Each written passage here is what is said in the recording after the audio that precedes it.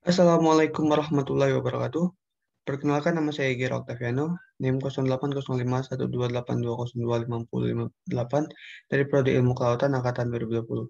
Baiklah, pada kesempatan kali ini saya akan menjelaskan materi mengenai kecepatan suara dalam air pada praktikum dasar-dasar akustik kelautan.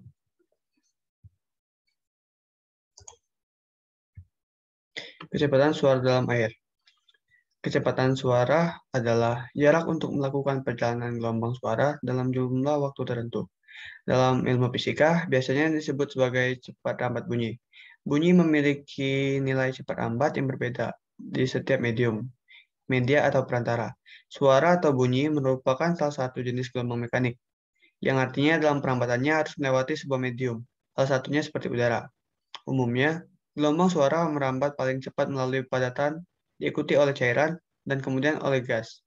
Hal ini disebabkan dalam proses perambatannya, suara yang kita dengar dari sumber suara seperti speaker, klakson, atau sirine akan memasuki telinga lewat udara di sekitar melalui pergerakan partikel atom. Ketika gaya bergerak dalam satu atom dengan partikel atom lainnya yang berdekatan dengan cara bergesekan, maka terjadi pemindahan energi hingga suara terdengar jelas dan diterima otak sebagai informasi suara tertentu. Iskandar et al. 2018. Kecepatan suara dalam air laut merupakan variabel oceanografik yang menentukan pola pemancaran suara dalam medium. Kecepatan suara bervariasi terhadap kedalaman, musim, posisi geografis, dan waktu pada lokasi tertentu. Di perairan dangkal dekat pantai, profil kecepatan suara cenderung tidak teratur dan sulit diprediksi. Faktor fisik air laut yang paling menentukan dalam mempengaruhi kecepatan suara dalam air laut yaitu suhu, salinitas, dan tekanan. Gunawan et al. 2020. Kecepatan suara dalam air yaitu bunyi yang berasal dari benda yang mengalami gesekan lalu bergetar karena adanya gangguan gelombang bunyi yang bersifat longitudinal. Molekul melakukan getaran dengan arah sejajar terhadap arah penjalaran bunyi. Proses merambatnya bunyi pada saat benda yang bergetar akan menggetarkan molekul zat perantara atau medium di sekitarnya. Lalu molekul yang bergetar akan merambat ke molekul-molekul yang lainnya. Dan begitu seterusnya hingga getaran itu terdengar di telinga kita. Apabila gelombang bunyi merambat ke udara, perantaranya ialah partikel-partikel udara, dan begitu juga pada medium lainnya. Firman et al. 2013. Gelombang mekanik ini merupakan getaran dari partikel-partikel di dalam suatu medium. Gelombang udara yang dilewati suatu medium akan menyebabkan perubahan-perubahan partikel yang dalam bentuk medium tersebut akan bergerak secara longitudinal. Gerakan yang menyebabkan terjadinya pemadatan dan perenggangan dari partikel-partikel yang berdekatan, jarak antara dua kelompok partikel yang memadat, compression dan merenggang, atau reflection dan disebut panjang gelombang lambda.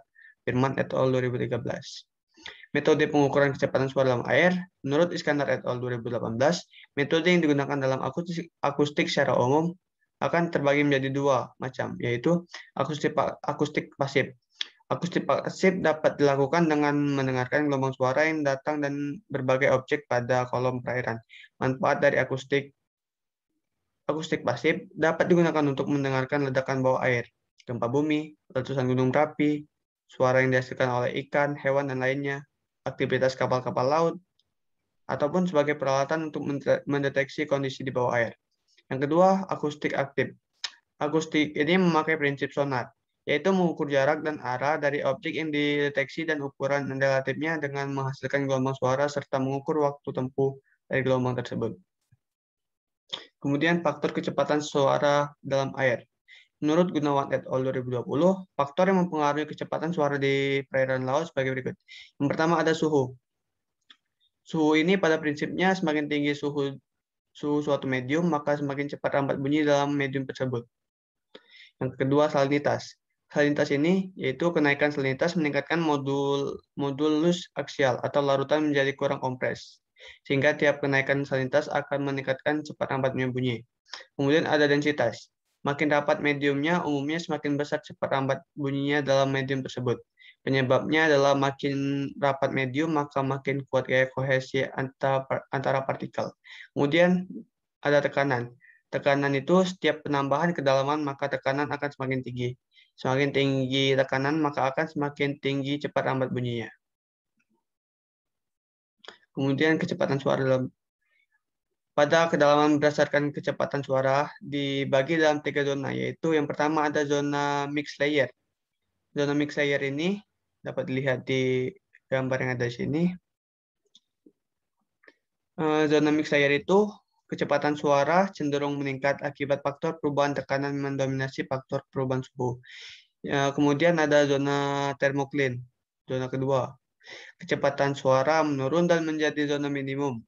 Kecepatan suara akibat terjadinya perubahan suhu yang sangat drastis dan mendominasi faktor perubahan tekanan. Kemudian yang di bawah sekali ada zona deep, zona 3 atau deep layer. Di sana kecepatan suara meningkat kembali akibat faktor perubahan tekanan mendominasi kembali faktor perubahan suhu. Kemudian ada persamaan kecepatan suara dalam air.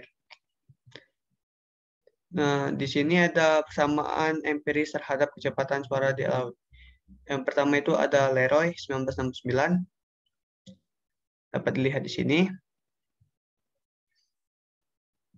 Batasan T sama dengan min 2 OC sampai dengan 23 OC dengan salinitas 30 dikurang 40 ppt dibagi dengan D per 61.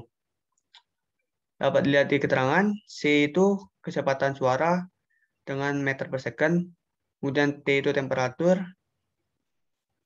OC, kemudian S itu salinitas dengan PPT, kemudian D or Z itu kedalaman atau meter. Kemudian yang kedua ada Medwin tahun 1975. Di sini batasannya 0 lebih kecil sama dengan T lebih kecil sama dengan 35 OC bagi 0 lebih kecil daripada 5 lebih kecil daripada S lebih kecil dari 45 PPT dibagi 0 lebih kecil dari D lebih kecil dari 1000 meter. Keterangannya sama, C itu kecepatan suara meter per second, T itu temperatur OC, kemudian S itu salinitas 1 PPT, dan D itu D or Z itu kedalaman dalam satuan meter. Kemudian yang terakhir ada McKenzie 1981. Batasannya T sama dengan min 2 OC sampai dengan 30 OC, salinitas 25 dikurang 40 PPT, Z-nya itu kedalamannya itu 0 sampai dengan 8.000 meter.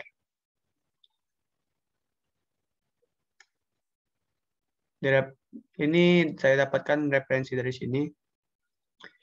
Sekian dari saya. Mohon maaf bila banyak kekurangan. Wassalamualaikum warahmatullahi wabarakatuh.